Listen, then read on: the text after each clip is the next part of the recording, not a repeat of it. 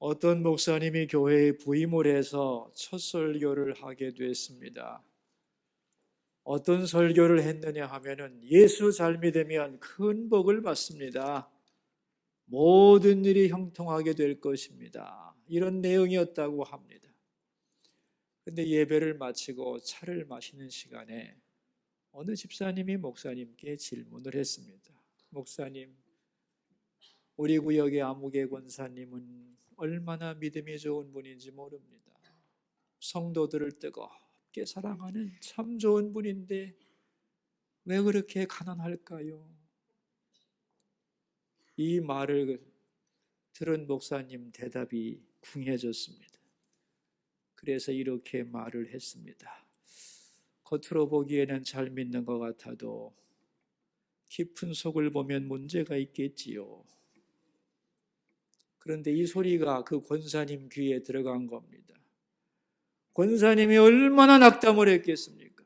그뿐만이 아니라 어려움에 처해 있는 교우들이 큰 시험에 들어서 이걸 수습하는데 몇 년이 걸렸다고 합니다.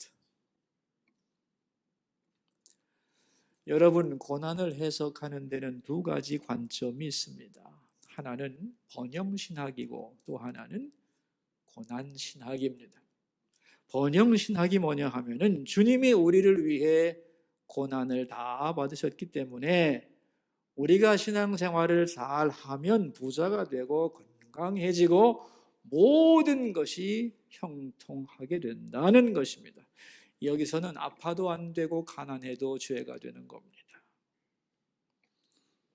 부자는 번영신학을 좋아하지요. 왜냐하면 열심히 일해서 돈을 벌었는데 그 과정이 어려운 일도 많고 또 잘못할 수도 있잖아요. 그런데 하나님이 그럼에도 불구하고 형통하게 해주셨다. 이것은 내 의를 보고 주신 복이 아니겠느냐. 그래서 번영과 의를 함께 얻게 되는 겁니다. 그러니 좋아할 수밖에 없죠.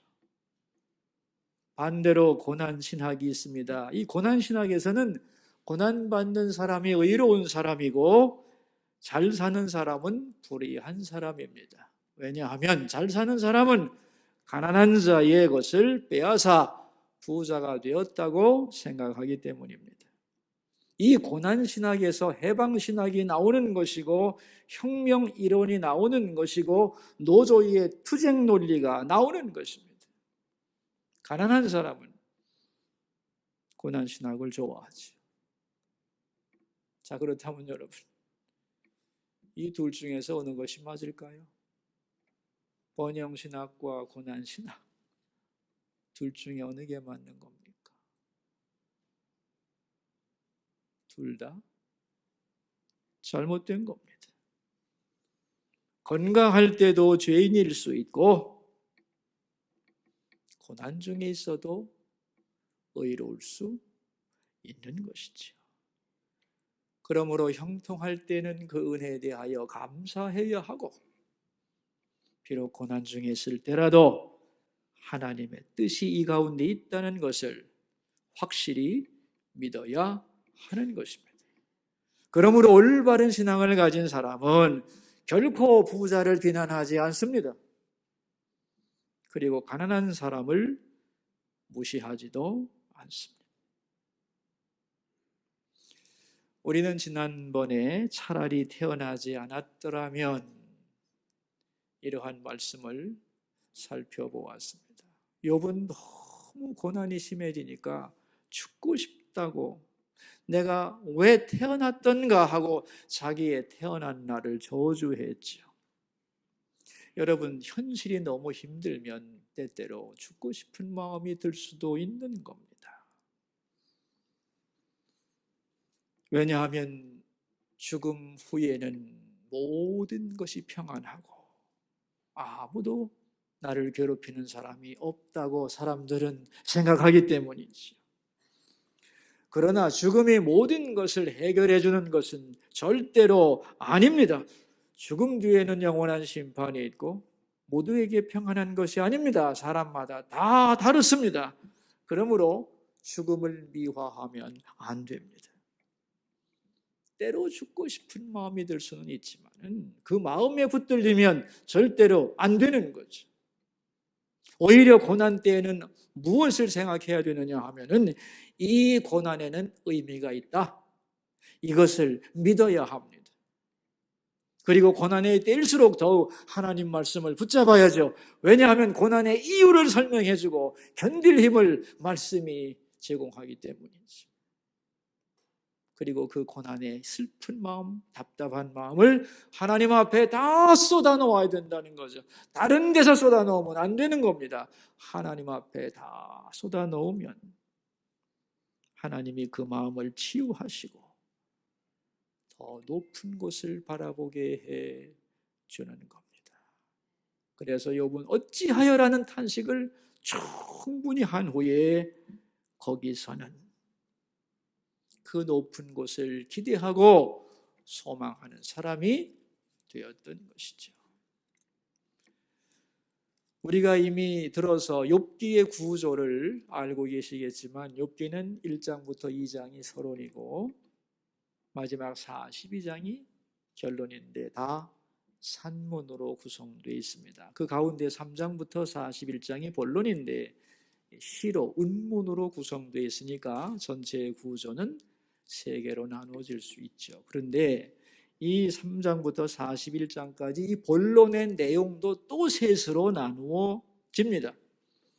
맨 앞에 있는 3장부터 31장까지는 욥과 친구들의 대화로 구성되어 있습니다. 그 다음에 나오는 32장부터 37장까지는 엘리후라고 하는 제 3의 인물이 등장해서 욥과 친구들이 대해서 양비론 둘 다 틀렸다고 하는 논지를 펴는 엘리후의 발언이 있습니다. 마지막으로는 하나님의 연설이 나오는데 그래서 본론이 세 개의 단위로 구성된다는 걸 기억하시면 좋겠고, 근데 그 중에서도 또 욥과 친구들의 대화인 3장부터 31장도 또 셋으로 나누었어요. 욥이 탄식하는 걸 듣고 첫째 친구 엘리바스가 대꾸를 하고, 그걸 듣고 또 욥이 탄식하니까 그 말을 듣고 빌닷이라는 사람이 또 말하고, 그 말 듣고 또 속상해서 욥이 말하니까 소발이라는 사람이 말하고, 이렇게 해서 욥과 세 친구 1대3의 논쟁이 벌어지는데, 이렇게 해서 한 바퀴를 싹 돌면 뭐라고 하느냐, 1라운드라고 부르는 거예요. 이게 몇 라운드까지가 아니야? 3라운드까지 있습니다. 욥기의 구조는 333 이렇게 생각하시면 정확하게 이해가 될 것입니다. 오늘 4장과 5장은 욥의 탄식에 대한 첫 번째 친구의 반응입니다. 친구들은 욥이 탄식하는 것을 들으면서 의아하게 생각을 했습니다. 왜냐하면 욥은 고난 중에서 회개할 거라고 생각했거든요. 왜냐하면 모든 고난은 죄 때문에 오는 거라고 하는 생각을 이 친구들은 분명히 하고 있었거든요. 그런데 잘 들어보니 욥은 회개는커녕 오히려 하나님이 주신 생명을 저주하고 탄식을 합니다. 그렇다면 결국 하나님이 잘못됐다는 거 아니에요? 그러면 안 되는 거죠. 그래서 그들은 생각합니다. 아니, 이럴 수가 있나? 욥이 너무 빗나가고 있다. 고난받는 것을 보니 분명히 죄인인데 어찌하여 회개하지 않고 도리어 하나님을 원망하는가? 그래서 세 친구 중에 제일 연장자인 엘리바스가 오늘 말을 시작하는 겁니다. 4장 2절을 보도록 하겠습니다. 누가 내게 말하면 내가 실증을 내겠느냐? 누가 참고 말하지 아니하겠느냐? 듣기는 싫겠지만 내가 도저히 참을 수 없어 한마디 해야겠다. 그런 얘기. 5절로 가겠습니다. 이제 이 일이 내게 이름에 내가 힘들어하고 이 일이 내게 닥침에 내가 놀라는구나. 너는 왜 남은 가르치면서 그 일이 너에게 발생하니까 힘들어하냐? 그런 얘기입니다. 다른 사람이 고난받을 때 너는 그들을 잘 가르쳤잖아. 힘내시라고. 잘 견디면 좋은 날이 있다고 말 잘하더니 그 일이 너에게 닥치니까 왜 너도 힘들어하고 불평하는 것이냐? 그런 말이죠. 나는 네가 왜 고통을 당하는지, 그리고 어떻게 해야 여기서 벗어날 수 있는지를 생각해 보았다. 먼저 네가 고난받는 이유는 분명하다. 죄 때문이다. 네가 정말 온전하고 하나님 앞에 흠이 없었다면 이런 일이 일어나지 않았을 거다. 그렇게 말하면서 7절, 자 우리 7절로 갑시다. 생각하여 보라, 죄 없이 망한 자가 누구인가? 정직한 자의 끊어짐이 어디 있는가? 여러분, 7절의 말씀은 전통적인 이스라엘 사람들의 지혜의 가르침입니다. 잘못하면 벌받는다. 심은 대로 거둔다. 인과응보 교리. 이게 전통 지혜의 내용입니다. 다시 말하면 욥의 고난에 대하여 엘리바스는 전통의 지혜를 가지고 해석을 했던 거죠. 그러니까 너의 고난은 죄 때문이라는 거죠. 어느 정도로 확실하냐? 8절 읽겠습니다. 내가 보건대 악을 밭갈고 독을 뿌리는 자는 그대로 거두나니. 내가 보건대, 내가 지금 이 나이까지 살아오면서 배우고 경험한 것에 의하면 틀림이 없다는 겁니다. 고난은 반드시 죄 때문에 생기는 거다. 그럼 욥이 어떤 죄를 지었느냐? 8절 하반절에 나오죠. 악을 밭갈고 독을 뿌렸다는 겁니다. 눈에는 보이지 않았지만 나쁜 짓 했다는 거예요. 너는 겉으로는 선하고 의인인 것 같았지만 남이 모르는 악을 행했고 숨겨진 죄가 많은 것이 분명하다. 이제 그것이 싹이 나고 열매를 맺어서 이렇게 고난으로 현실화된 거다. 이렇게 해석을 하는 거죠. 자, 여러분, 고난당하는 사람이 이런 얘기를 들었다고 생각해 보세요. 마음이 어떻겠는가? 그러니까 욥은 그렇지 않다고, 이 고난은 나의 죄 때문이 아니라고 욥이 고개를 저으면서 부정을 하죠. 그러자 엘리바스는 쐐기를 박습니다. 자기의 신앙 체험을 말하는 겁니다. 12절과 13절입니다. 어떤 말씀이 내게 가만히 이르고 그 가느다란 소리가 내 귀에 들렸었나니 사람이 깊이 잠들 즈음에 내가 그 밤에 본 환상으로 말미암아 생각이 번거로울 때에 내가 조용히 기도하다가 환상을 봤는데 이런 말씀이 들려왔다. 그 들려온 말씀의 내용이 17절입니다. 읽습니다.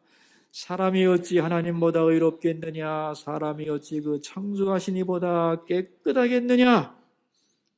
욥아, 너는 지금 죄를 짓지 않았는데 하나님이 너한테 고난을 줬다는 거 아니야?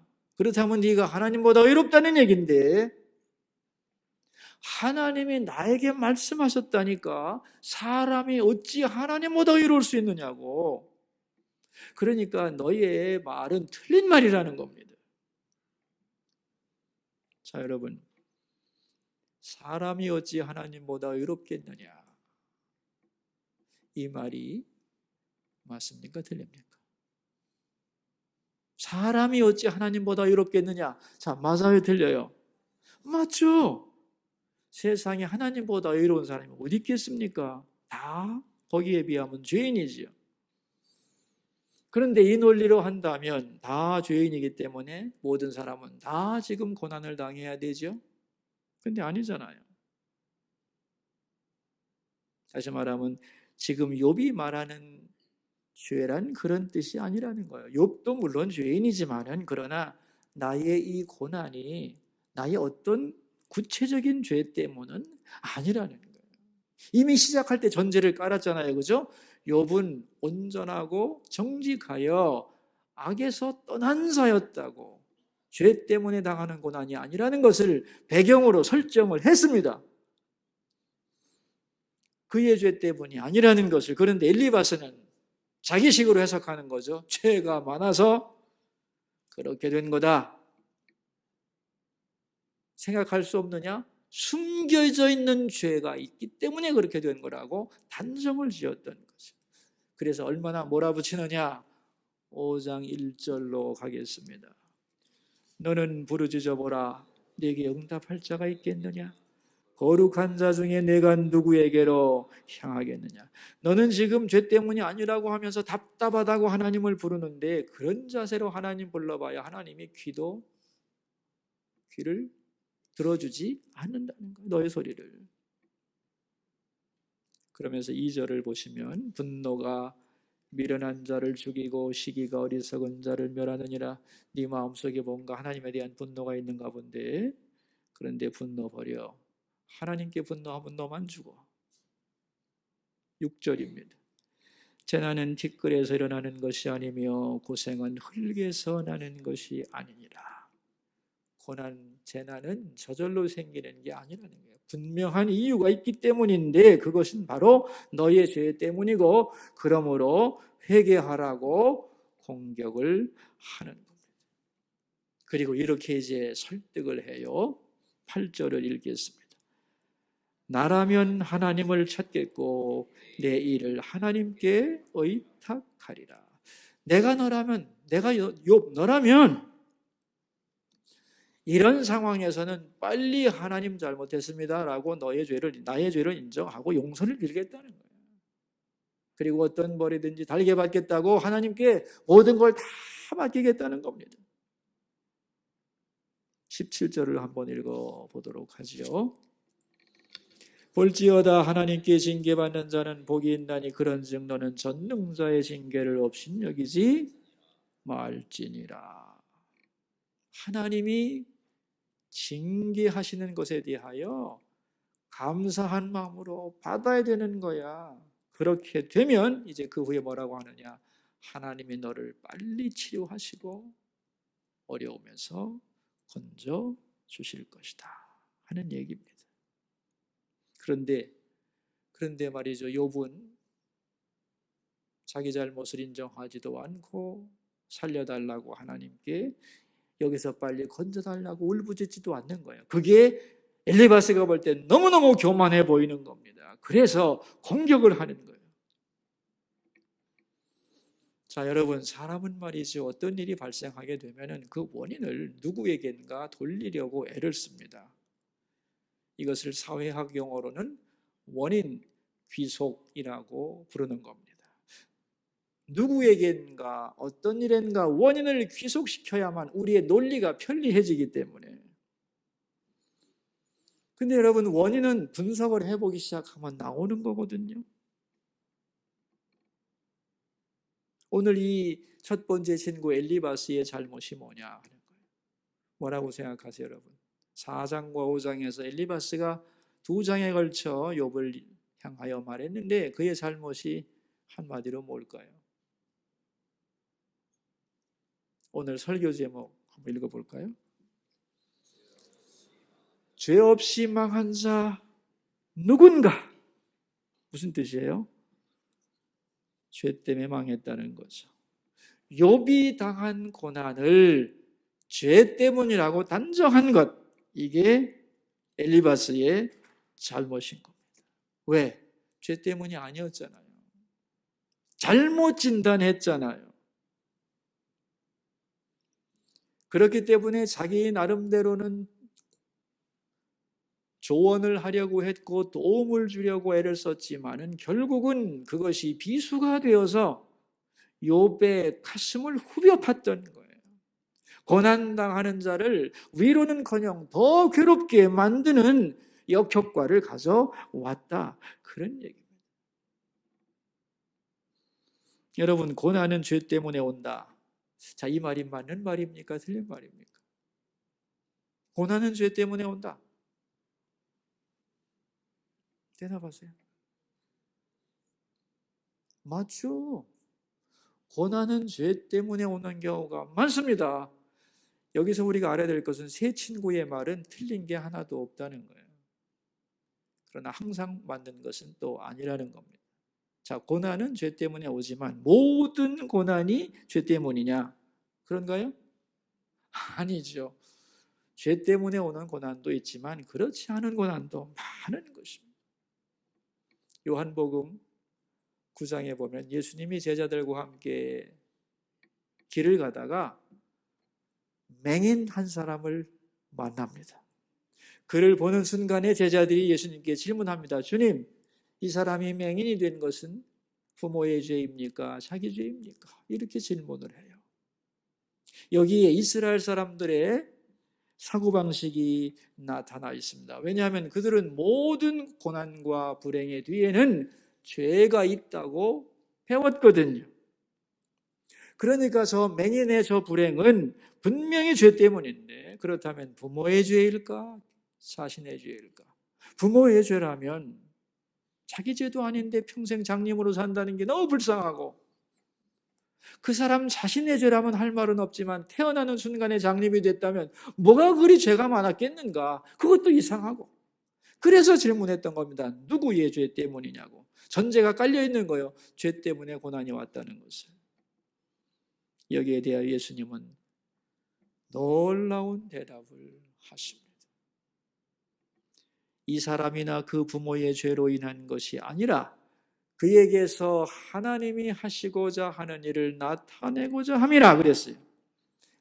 부모의 잘못도 아니고 이 사람 잘못도 아니다. 이 말은 양자가 다 의인이다 그런 뜻이 아닙니다. 부모도 죄인이고 이 사람도 잘못할 수 있는 거죠. 또한 원인을 두 사람에게서 찾지 말라 그런 얘기도 아닙니다. 여러분, 원인은요, 찾을 수 있을 만큼 찾아야 되는 거죠. 찾아서 제거해야만 문제가 해결되기 때문에. 그런데 문제는 눈에 보이는 원인을 찾았다고 그 원인이 끝난 거냐 하면 그게 절대로 아니라는 거예요. 보이지 않는 눈에 보이는 원인을 넘어서는 더 중요한 원인이 있다는 겁니다. 그게 두 가지입니다. 첫째는 고난의 미래적 의미입니다. 뭐라고요? 어떤 일 때문에 이 고난이 왔다. 이건 과거적 해석이지만 고난에는 반드시 더 중요한 게 있다는 거예요. 미래적 의미가 있다는 거예요. 무엇을 위하여 이 고난이 주어진다는 거예요. 더 나아가서는 하나님이 하시려는 뜻이 있기 때문이라는 거예요. 그러니까 하나님의 영광, 하나님의 뜻과 고난의 미래적 의미를 놓치고서 보이는 원인만 가지고 판단하면 반드시 실수한다는 겁니다. 근데 우리는 대부분 어떻게 평가하냐면은 과거적 이유로 원인을 귀속시키죠. 생각하다 안 되면 전생에 무슨 죄가 있어서 전생까지 거론하는 거 아니에요. 우리 교회 어떤 집사님이 말이죠. 쓴뿌리에 대해서 이렇게 제가 강의를 한 후에 자기 마음속에는 평생 씻을 수 없는 상처가 있다고 이렇게 얘기를 하셔서 뭐냐고 그랬더니 어릴 때 어머니가 아주 일찍 돌아가셨다. 그 돌아가신 후에 자기가 어느 날 무지무지하게 많이 울었대요. 그랬더니 할머니가 자기를 보고 하는 말, 네가 그렇게 쳐우니까 애미가 죽었지. 애미 잡아먹은 년. 그랬다는 거예요. 이 말 한마디가 자기의 한평생을 힘들게 했노라 하는 얘기를 들은 적이 있어요. 여러분, 원인을 아이에게 돌리면 어떡하겠어요? 얼마나 큰 상처가 되겠어요, 여러분. 그죠? 과거의 원인을 돌리면 안 된다. 자, 어떤 학생이 말이죠. 입학시험을 봤는데 떨어졌어요. 그 원인을 분석해 볼까요, 우리? 자, 과거적 원인으로 해석을 하자면 어떻게 해석하실 수 있겠어요? 거기에 진학할 만큼 충분히 공부를 하지 못한 것이죠. 그러나 그런 의미만 있는 것은 아니라는 겁니다. 미래적 원인이 있다는 거예요. 그 학생을 더 성숙하고 겸손한 사람을 만들어 바른 길로 이끌려고 하는 하나님의 고난의 미래적 목적이 있다는 거예요. 그래서 이런 슬픈 힘든 과정을 통하여 그 아이의 길이 새로워지는 거지. 우리도 그렇잖아요. 실패를 통하여 인생이 온전한 길로 인도함 받는 경우가 얼마나 많겠습니까? 원치 않는 재수였지만 재수하다 보면은 학교도 달라질 수 있고 학과도 달라질 수 있고 만나는 교수도 달라질 수 있고 인생이 달라질 수 있는 길이 얼마든지 있다는 겁니다. 그런데 사람들은 그런 미래적 고난의 의미는 전혀 모르고 과거에 집착해서 실패의식에 사로잡히거나 남을 정죄하는 일에 힘을 쓴다는 거죠. 여러분, 모세가 40년 동안 광야를 방랑했죠. 목동이 되어가지고. 왜 그가 40년간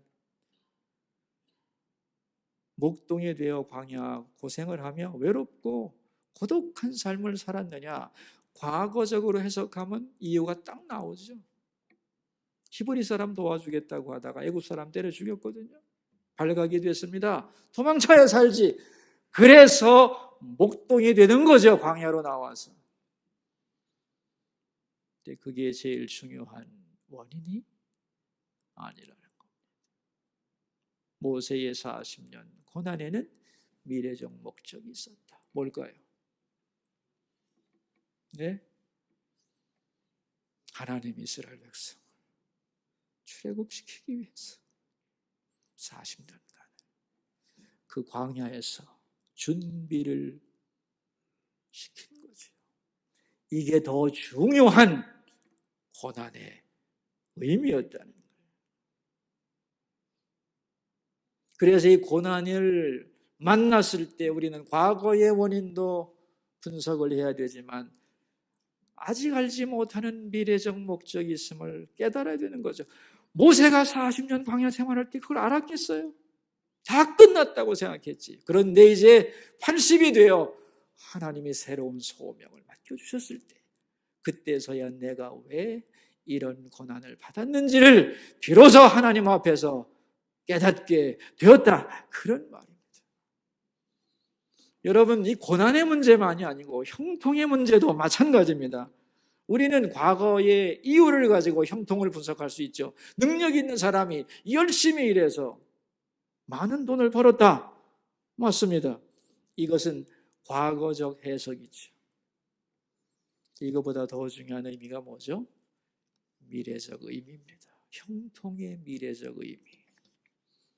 하나님은 무엇을 위하여 나에게 이런 형통함을 주시는가? 아멘. 이것을 물어야 되는 거예요. 그래야 바르게 이 형통의 의미를 알고 살아갈 수 있다는 거죠. 그러므로 고난당한 사람을 보고 죄 때문이다 이렇게 함부로 단정하면 안 됩니다. 저는 이런 생각을 해봤어요. 그 맹인이 수서교회 교인이면 상처받지 않고 교회 다닐 수 있을까? 만약에 욥이 우리 교인이라면 욥은 엘리바스하고 한 사람이 만났으니까 이만큼 힘들어도 견디지, 우리가 엘리바스가 된다면 욥이라는 사람 견뎌내겠어요? 하나님 앞에서 고난받는 것도 힘들어 죽겠는데 수많은 사람들이 옆에서 죄 때문이라고 정죄하기 시작하면 견뎌낼 수가 없는 거죠. 그래서 교회는 말씀으로 사람을 치료하고 위로하고 격려해야 하는 곳임에도 불구하고 잘못하면 각자 자기식으로 다른 사람의 고난을 해석하고 한마디씩 해대기 시작하면 고난 중에 있는 자가 절대로 견디지 못하고 하나님 앞을 떠날 수밖에 없는 그런 일도 교회에서 얼마든지 벌어질 수 있다는 것을 우리가 깊이 알아야 하겠습니다. 제자들의 질문과 예수님의 답은 너무도 달랐죠. 그가 맹인이 된 것은 그를 통하여 하나님이 하실 일이 있기 때문이다. 그의 고난에는 미래적 목적이 있는 것이다. 아무도 상처 주지 않고 그 맹인이 낙심하지 않고 하나님의 뜻을 기다리며 미래를 기대할 수 있도록 만들어 주셨던 것입니다. 그러므로 여러분, 고난 중에 있는 사람을 보면서 저렇게 어려움을 자꾸 만나는 걸 보니까 저 사람이 뭔가 문제가 있는 것 같아. 하나님이 뭔가 치시는 것 같아. 이러한 사회적 판단 절대로 하지 않기를 바랍니다. 또한 내가 고난 중에 있을 때 나 다 끝났어, 하나님이 나를 버렸어, 이렇게 생각하지 말고 이 고난의 미래적 의미가 뭘까? 어떻게 하면 나는 이 고난 속에서 하나님의 뜻을 이룰 수 있을까? 그렇게 생각해야 하는 것입니다. 고난은 결코 무의미한 것이 아니지요. 하나님이 하시려는 일을 위해 필요한 것입니다. 그러므로 고난당한 사람을 보면서 정죄하거나 스스로 낙심하지 않고 하나님을 향하여 믿음의 길을 잘 걸어가는 여러분 되시기를 주의 이름으로 축원합니다. 기도하겠습니다. 우리 들은 바 말씀을 생각하며 세 가지 기도 제목으로 주님 앞에 나가겠습니다. 첫 번째 기도 제목입니다. 다른 사람의 고난을 바라보며 죄 때문이라고 정죄하지 않게 하소서. 과거의 원인이 있을 수도 있지만 더 중요한 고난의 미래적 의미를 깨닫게 하여 주소서. 기도하겠습니다. 여러분 자기 목소리가 귀에 들리도록 소리를 내서 기도하겠습니다. 하나님 아버지, 욥의 고난을 보면서 엘리바스의 해석을 우리는 살펴보았습니다. 엘리바스는 단순히 모든 고난은 죄 때문이라고 하는 그 논리에 의하여 욥을 바라보았고, 그래서 욥이 보이지 않지만 많은 죄를 지었다고 생각하고 빨리 회개하고 돌아오라고 그를 지적했습니다. 욥은 그 말을 듣고 비수처럼 찔리며 괴로워하고 고통 중에서 탄식했습니다. 하나님, 우리가 다른 사람의 고난을 보면서 엘리바스 같은 사람이 되지 않기를 원하나이다. 주님이 고난의 의미를 해석하셨던 것처럼 이 고난 속에 하나님이 하시고자 하는 일이 있고 이 고난의 미래적 의미가 있음을 알고 살아가는 주의 자녀들이 되도록 도와주시옵소서. 두 번째 기도 제목입니다. 수서교회의 직분자 선거가 몇 주 앞에 있을 것인데 꼭 필요한 분들이 선택되게 하시고 하나님의 뜻을 알기 위하여 선거운동하지 말고 잠잠히 기도하며 기다리게 하여 주소서. 기도하겠습니다. 하나님 아버지, 지난 주일에는 수서교회 창립 기념일이었습니다. 이것을 기념하여 이제 직분자 선거가 있을 것인데 꼭 필요한 분들이 선택이 되게 하여 주옵소서. 하나님께서 계획하신 사람들이 잘 선택될 수 있도록 우리 모두 기도 중에 주님의 뜻을 기다리며 기도로 잘 준비할 수 있도록 은혜 내려주시기를 기도합니다. 세 번째 기도 제목입니다. 우리나라의 정치, 경제, 사회의 혼란을 잠잠하게 해주시고 온 세계로 번져가고 있는 바이러스로 인한 어려움에서 우리를 건져주소서. 기도합시다. 하나님 아버지, 이 나라 대한민국 정치, 경제, 사회에 혼란스럽습니다. 국가의 정체성 때문에 불안해하는 국민들도 많습니다. 이 땅의 혼란과 불안을 잠재워 주시고 이 나라의 헌법적 가치가 바로 서게 하여 주시고 번영하는 대한민국으로 잘 발전할 수 있도록 은혜 내려주시기를 기도합니다. 전 세계로 번지고 있는 바이러스 때문에 많은 어려움과 그리고 두려움이 싸우니 여기서 건져주시고 하나님, 이 땅을 평안케 하여 주옵소서.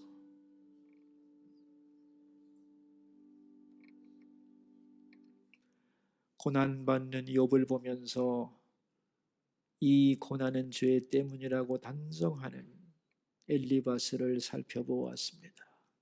주여, 우리가 살면서 다른 사람의 고난에 대하여 내 잣대로 해석하고 그를 고통스럽게 만드는 일이 없기를 기도합니다. 고난에는 미래적 의미가 있음을 알고 하나님이 하실 일이 그 속에 있음을 믿고 주님의 눈으로 고난을 보게 하여 주옵소서. 고난당하고 있습니까? 그 고난을 통하여 하나님이 하시려는 일이 온전히 이루어지며 미래적 의미가 성취되므로 기뻐하고 감사하며 성숙해지게 하옵소서. 존귀하신 예수님 이름으로 기도하옵나이다.